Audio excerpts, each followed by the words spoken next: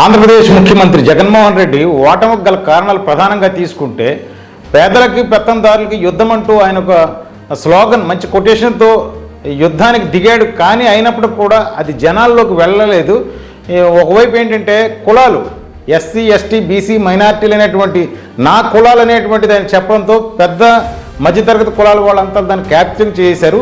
ఆ క్యాప్చరింగ్ వల్లనే ఆయన ఓటమికి గల కారణాలు కూడా చెప్పవచ్చు. ఎందుకంటే ఈ పేదలు ఎవరైతే ఉన్నారో ఈ పేదలపైన పెద్దల పెత్తందారులు చేస్తున్నారు కనుక వాళ్ళపైన యుద్ధం జరుగుతుంది.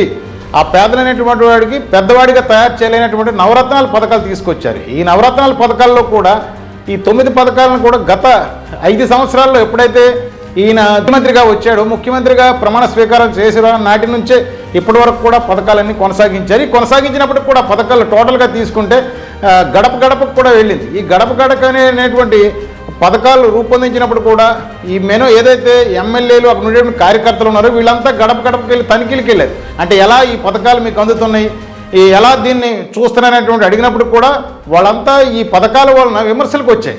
ఆ విమర్శలను కూడా జగన్మోహన్ రెడ్డి చెవికెక్కించలేదు. ఎందుకని నటించడానికి కూడా చెప్పవచ్చు. ఆ టైంలో కూడా దాని పెద్ద ఎత్తున అటు రాయలసీమతో పాటు కోస్తా ఉత్తరాంధ్ర జిల్లాల్లో కూడా విమర్శలు ఎదుర్కొన్నారు. ఇన్ని పథకాలు పెట్టేటప్పుడు కొంతమందికి బీపీఎల్ సర్వేలో ఉండేటువంటి వాళ్ళకు అందుతున్నాయి, కొంతమందికి అందట్లేదంటే సాఫ్ట్వేర్ లోపం అంటూ చెప్పి వాళ్ళు తప్పించుకునేటువంటి ప్రయత్నాలు కూడా ఎమ్మెల్యేలు మంత్రులు వీళ్ళంతా చేశారు.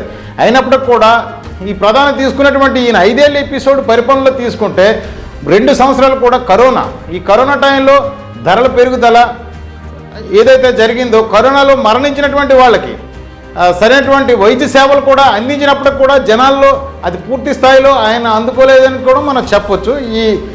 ఇంకా ఉండేటువంటి ఏదైతే ఈ 3 సంవత్సరాల పరిపాలన ఉందో ఈ 3 ఏళ్ళలో కూడా ఈ పథకాలకే ఈ డబ్బు ఏదైతే బటన్ నొక్కడము ఈ బటన్ నొక్కిన డబ్బులు డైరెక్ట్గా వాళ్ళ ఖాతాల్లోకి ఎవరైతే లబ్ధిదారులు ఉన్నారో లబ్ధిదారుల తాలూకు ఖాతాల్లోకి వెళ్ళడం అనేటువంటి జరిగింది. అది లంచాలు లేకుండా ఈ ప్రభుత్వం తీసుకెళ్తుంది అనేటువంటి జగన్మోహన్ రెడ్డి చెప్పడము, ఆయన ప్రధానంగా నమ్మినటువంటి కోటి సలహాదారులు ఎవరైతే ఉన్నారో ఆ సలహాదారులకి జగనన్నకి విషయం చెప్పుదాం అనేటువంటి దృఢ సంకల్పంతో ఆయన ప్యాలెస్కి ఏదైతే తాడేపల్లికి వెళ్ళి ఆ ప్యాలెస్కి వెళ్ళి ఆయన కలుద్దాం అనేటువంటి ప్రయత్నం చేసినప్పుడు కూడా అక్కడ ఉండేటువంటి సలహాదారులు ఆయనకి లోపలికి అనుమతించేటువంటి వాళ్ళు కాదు. ఇవన్నీ జరిగినటువంటి పరిణామం ఒకవైపు ఇంటెలిజెన్సీ కూడా అప్రమత్తం చేసిందనే చెప్పొచ్చు. ఎందుకంటే గత 8 నెలల నుంచి కూడా ఆయన సమావేశాలకి జనాల్లోకి రావాలనే ప్రయత్నం చేసినప్పుడు కూడా జనాల్లో ఇంతవరకు కూడా ఆయన సమావేశాలు పెట్టి 1-to-1గా తీసుకొచ్చి ఆయా నియోజకవర్గాలు ఉండే లోపాలను కూడా చెప్పుదామా లోపాలు తెలుసుకుని సరిచేతమనే ప్రయత్నం చేసినా చేయలేకపోయాడు.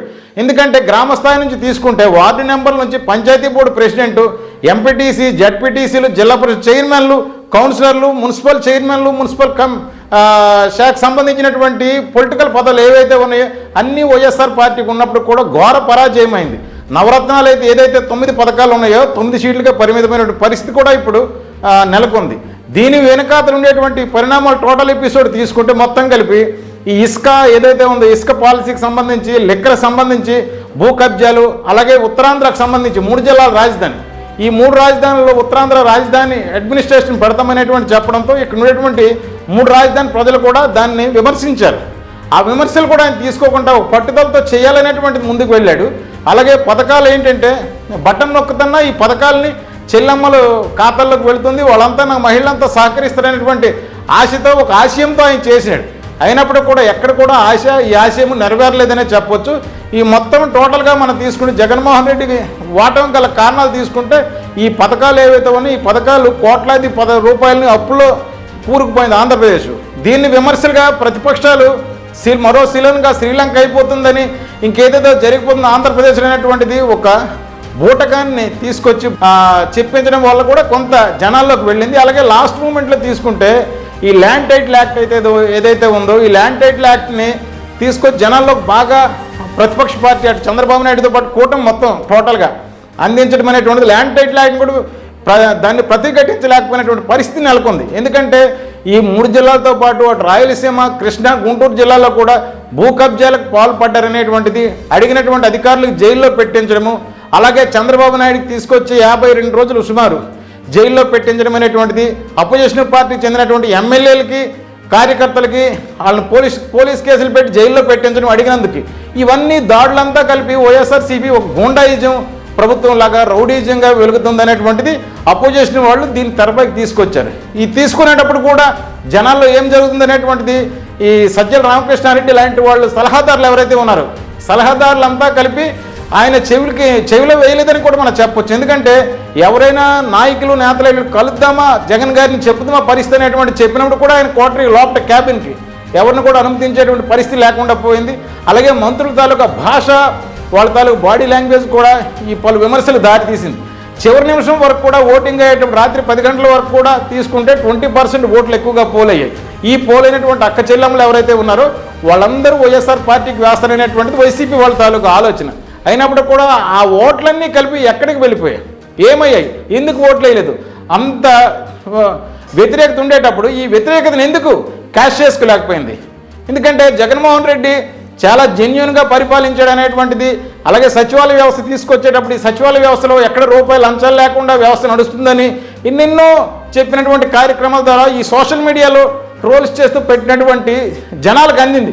అయినప్పటికీ కూడా దాన్ని విన్ చేయలేనటువంటి పరిస్థితి నెలకొంది. అంటే టోటల్గా పేదలకి పెద్దలకి జరిగినటువంటి యుద్ధం ఇది అని యుద్ధం మహాసభలు పెట్టాడు. ఈ యుద్ధం సభలో ఒక్కొక్క యుద్ధం సభకు తీసుకుంటే 6 లక్షలు 11 లక్షలు 8 లక్షలు జనాలతో కూడుకునేటువంటి యుద్ధం సభకి వీళ్ళంతా ఓటర్స్ అంతా ఏమయ్యారు, ఎక్కడికి వెళ్ళారనేటువంటిది విశ్లేషణకు కూడా అందనటువంటి పరిస్థితి నెలకొంది. ఈ 5 సంవత్సరాల ఎపిసోడ్లో తీసుకుంటే ఎన్నెన్నో అభివృద్ధి కార్యక్రమాలు చేశాడు, ఎక్కడ కూడా లంచాలు తీసుకోలేదు అనేటువంటిది వెలుగులోకి వచ్చింది. అయినప్పుడు కూడా ఇంత వ్యతిరేకత జనాల్లో వచ్చింది అంటే ఆయన తాలూకా వెనక కోటరీ బంధించింది. గతంలో కూడా చంద్రబాబు నాయుడు అంటే రాజధాని విడిపోయి అమరావతి రాజధానికి వచ్చేటప్పుడు కూడా జరిగిన పరిణామాలని చంద్రబాబు నాయుడు కోటరీకి వెళ్ళి చెప్పుదామనేటువంటిది ఎంతమంది చెప్పినప్పుడు కూడా ఆయనకి చెవికెక్కించకపోవడంతో ఇలా జరిగింది ఘోర పరాజయం. ఇప్పుడు కూడా ఈ ఘోర పరాజయం జరిగినటువంటి దానికి బాధ్యులు వాళ్ళు ఎవరైతే ఈ జగన్మోహన్ రెడ్డి ఆయన కోటరీ ఉందో ఆయన సలహాదారులే తీసుకోవాలనేటువంటిది విశ్లేషకులకు అంచనా. ఇది ఈ జగన్ ఓటమి పని 5 ఏళ్లలో జరిగినటువంటి పరిణామాలు, ప్రస్తుతం ఓటమి గల కారణాలు మనం స్పష్టంగా చెప్పొచ్చు.